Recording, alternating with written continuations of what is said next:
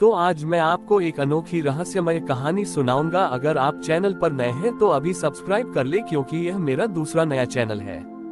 तथा कहानी पूरा देखे, अंत में एक अनोखा रहस्य छुपा है। धन्यवाद। तो सुनिए। एक बार की बात है, एक दूर दराज के गांव में एक युवा कलाकार रहता था जिसका नाम रुद्र था। रुद्र मूर्तिकार था और अपनी कला में माहिर था। वह अपनी मूर्तियों को इतनी खूबसूरती से बनाता था कि मानो उनमें जान हो। पर रुद्र का मन हमेशा उदास रहता था, क्योंकि वह अपनी कला को माँ दुर्गा की सेवा में समर्पित करना चाहता था। लेकिन उसके गांव में दुर्गा पूजा का कोई बड़ा आयोजन नहीं होता था। इस वर्ष गांव के मुखिया ने एक बड़ा दुर्गा पूजा उत्सव आयोजित करने का निर्णय लिया। रुद्र बहुत खुश हुआ और उसने तय किया कि वह इस अवसर पर एक अद्भुत कलश बनाएगा। वह कई दिनों तक जंगल से विशेष मिट्टी लाता रहा और उसे शुद्ध करने के लिए नदी के जल में धोता रहा। उसने उस मिट्टी को अपनी कला और भक्ति से मिलाया और एक ऐसा कलश बनाया जो न केवल दिखने में सुंदर था, बल्कि जब उस पर थाप दी जाती तो उसमें से संगीत की एक मधुर ध्वनि निकलती थी। ये कलश अनोखा था क्योंकि इसमें रुद्र की कला और संगीत दोनों की आत्मा बसी थी। जब नवरात्रि का पहला दिन आया तो गांव के सभी लोग अपने अपने कलश लेकर आए। किसी का कलश तांबे का था, किसी का चांदी का। सब अपने कलशों की सुंदरता पर गर्व कर रहे थे। रुद्र भी अपना मिट्टी का कलश लेकर आया। जब लोगों ने रुद्र का साधारण मिट्टी का कलश देखा तो वे हंसने लगे। एक बूढ़े व्यक्ति ने ताना मारा, रुद्र, क्या तुम माँ दुर्गा को मिट्टी का कलश दोगे? ये तो तुम्हारी कला का अपमान है।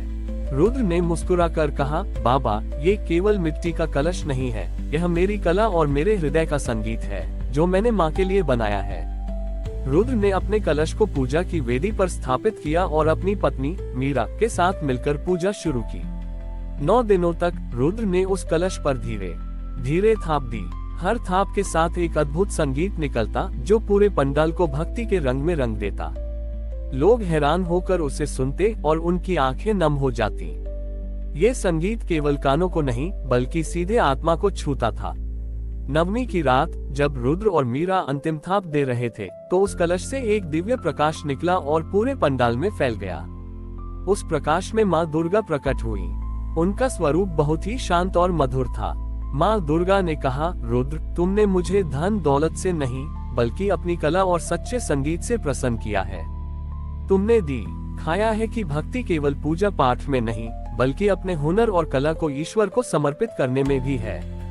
माता ने रुद्र को वरदान दिया कि उसका संगीत और उसकी कला हमेशा लोगों के दिलों में भक्ति और शांति फैलाएगी। अगले दिन से गांव में रुद्र का सम्मान और भी बढ़ गया। लोगों ने यह महसूस किया कि भगवान को प्रसन्न करने के लिए महंगी वस्तुएं नहीं बल्कि सच्ची भावना और अपनी कला का समर्पण सबसे महत्वपूर्ण होता है।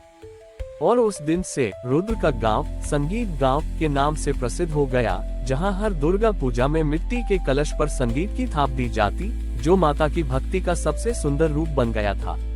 रुद्र की ख्याति और उसके कलश से निकले संगीत का चमत्कार सुनकर पड़ोसी गांव से एक प्रसिद्ध संगीतकार आया जिसका नाम दीनदयाल था। दीनदयाल को अपनी कला पर बहुत अभिमान था। वह अपने वाद्य यंत्रों और संगीत की विद्या पर बहुत घमंड करता था। उसने सोचा, एक साधारण मूर्तिकार का संगीत इतना प्रसिद्ध कैसे हो सकता है? मैं अपनी कला से उसे हरा दूंगा। दीनदयाल ने रुद्र से कहा, रुद्र, तुम्हारी कला केवल मिट्टी तक सीमित है। असली संगीत तो मेरे इन वाद्य यंत्रों में है। उसने एक बहुत ही कीमती वीणा निकाली और उसे बजाना शुरू किया। उसकी वीणा से निकलने वाला संगीत बहुत ही जटिल और तकनीकी रूप से परिपूर्ण था, लेकिन उसमें वो भावना और सादगी नहीं थी जो रुद्र के संगीत में थी। रुद्र ने विनम्रता से दीनदयाल की बात सुनी और कहा, दीनदयाल जी, संगीत केवल स्वर और ताल का मेल नहीं है, यह आत्मा की भाषा है। अगले साल दुर्गा पूजा के समय दीनदयाल ने गांव के मुखिया से अनुमति लेकर पंडाल में अपनी वीणा का एक विशेष प्रदर्शन रखा। उसने अपनी वीणा को फूलों और मोतियों से सजाया और अपनी पूरी शक्ति से उसे बजाया। संगीत बहुत ही सुरीला था, लेकिन गांव के लोग उसे सुनकर शांत थे। उनके चेहरे पर वही भक्ति और आनंद नहीं था जो रुद्र के संगीत को सुनकर आता था। फिर रुद्र की बारी आई। उसने अपने पुराने मिट्टी के कलश को उठाया और उस पर धीरे धीरे थाप दी। कलश से फिर वही मधुर, शांत और भक्तिपूर्ण संगीत निकलने लगा। लोगों की आंखें बंद हो गईं और वे भाव विभोर हो गए। उस संगीत में एक ऐसी शक्ति थी जो हर हृदय को माँ दुर्गा से जोड़ रही थी। अचानक दीनदयाल की वीणा का एक तार टूट गया। उसने घबराकर दूसरा तार जोड़ा, लेकिन वह भी टूट गया। ऐसा एक एक करके उसकी वीणा के सभी तार टूट गए। बड़ी दीनदयाल हैरान था। वह जानता था कि यह कोई साधारण घटना नहीं है। रुद्र ने अपनी थाप रोक दी और दीनदयाल के पास जाकर कहा, दीनदयाल जी, जब कला को अभिमान से बजाया जाता है तो वह टूट जाती है। सच्ची कला और संगीत तभी जीवित रहते हैं जब उनमें विनम्रता और सच्ची भक्ति हो। दीनदयाल ने अपनी वीणा एक तरफ रख दी और रुद्र के पैरों में गिर गया। उसने कहा, रुद्र, तुमने मुझे हरा नहीं बल्कि मुझे संगीत का असली अर्थ सिखाया है। मेरा संगीत केवल कानों के लिए था, लेकिन तुम्हारा संगीत हृदय के लिए था। उस दिन से दीनदयाल ने अपने अभिमान को त्याग दिया और रुद्र का शिष्य बन गया। दोनों ने मिलकर उस गांव में एक संगीत और कला का स्कूल खोला, जहां वे बच्चों को सिखाते थे कि कला और संगीत केवल मनोरंजन के लिए नहीं बल्कि ईश्वर और मानवता की सेवा के लिए होते हैं। और उस गांव में हमेशा के लिए ये स्थापित हो गया कि मिट्टी का कलश हमेशा सोने की वीणा से ज्यादा महत्वपूर्ण है जब उसमें भक्ति और विनम्रता का वास हो। दीनदयाल के अहंकार का अंत हुआ और वह रुद्र का शिष्य बन गया। दोनों ने मिलकर गांव में एक पाठशाला खोली जहां वे बच्चों को कला और संगीत सिखाते थे। वे केवल धुन या ताल नहीं सिखाते थे बल्कि यह सिखाते थे कि कला का असली उद्देश्य आत्मशुद्धि और दूसरों की सेवा है। अगले साल जब दुर्गा पूजा का समय आया तो रुद्र और दीनदयाल ने मिलकर एक नया विचार सामने रखा। उन्होंने गांव के लोगों से कहा, इस बार हम केवल एक कलश नहीं बल्कि पूरे गांव के हर घर के लिए एक कलश बनाएंगे और हर कलश पर उस घर के सदस्य अपनी अपनी कला से एक थाप दे।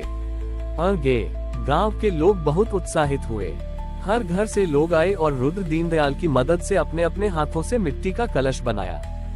किसान ने अपने कलश पर खेत की मिट्टी से एक चिन्ह बनाया, कुम्हार ने उस पर अपने चाक की छाप लगाई और बुनकर ने अपने धागों से एक सुंदर आकृति उकेरी। हर कलश में एक अलग कहानी थी, एक अलग पहचान थी। नवरात्रि का पहला दिन था। गांव के सभी लोग अपने अपने कलश लेकर पंडाल में आए। पंडाल सैकड़ों साधारण मिट्टी के कलशों से भर गया। हर कलश में उस परिवार की श्रद्धा और मेहनत की कहानी थी।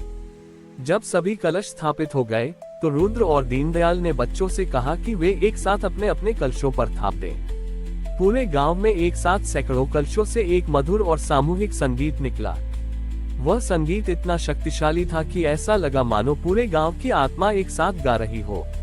वह केवल एक व्यक्ति का संगीत नहीं था बल्कि पूरे समाज का संगीत था। उस संगीत को सुनकर पूरे गांव का वातावरण सकारात्मक ऊर्जा से भर गया।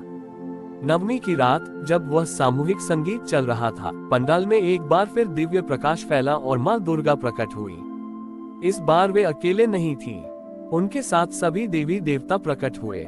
माँ दुर्गा ने कहा, रुद्र और दीनदयाल, तुम दोनों ने मुझे बहुत प्रसन्न किया है। तुमने दिखाया है कि सच्ची भक्ति केवल व्यक्तिगत नहीं होती बल्कि सामूहिक होती है। जब पूरा समाज एक होकर निस्वार्थ भाव से कार्य करता है तो वही सबसे बड़ा संगीत और सबसे बड़ी प्रार्थना होती है। माता ने पूरे गांव को आशीर्वाद दिया कि वहां कभी भी एकता और प्रेम की कमी नहीं होगी। उस दिन के बाद वह गांव केवल संगीत गांव नहीं बल्कि एकता गांव के नाम से भी जान जाने लगा। गांव के लोग समझ गए कि ईश्वर की कृपा पाने के लिए व्यक्ति को अकेले नहीं बल्कि समाज के साथ मिलकर प्रयास करना चाहिए। और इस तरह एक कलाकार और एक संगीतकार ने अपनी कला से एक ऐसा गांव बना दिया जहां हर साल दुर्गा पूजा केवल भक्ति का नहीं बल्कि एकता, प्रेम और निस्वार्थ सेवा का पर्व बन गया। हमारी और भी आध्यात्मिक एवं अनोखी कहानियां देखने के लिए हमारे चैनल पर जाएं तथा धार्मिक एवं पौराणिक अनोखी कहानियां हमारे चैनल पर है। कृपया जाके देखें तथा हमारे चैनल को सब्सक्राइब करके रखें और वीडियो लाइक जरूर करें। धन्यवाद।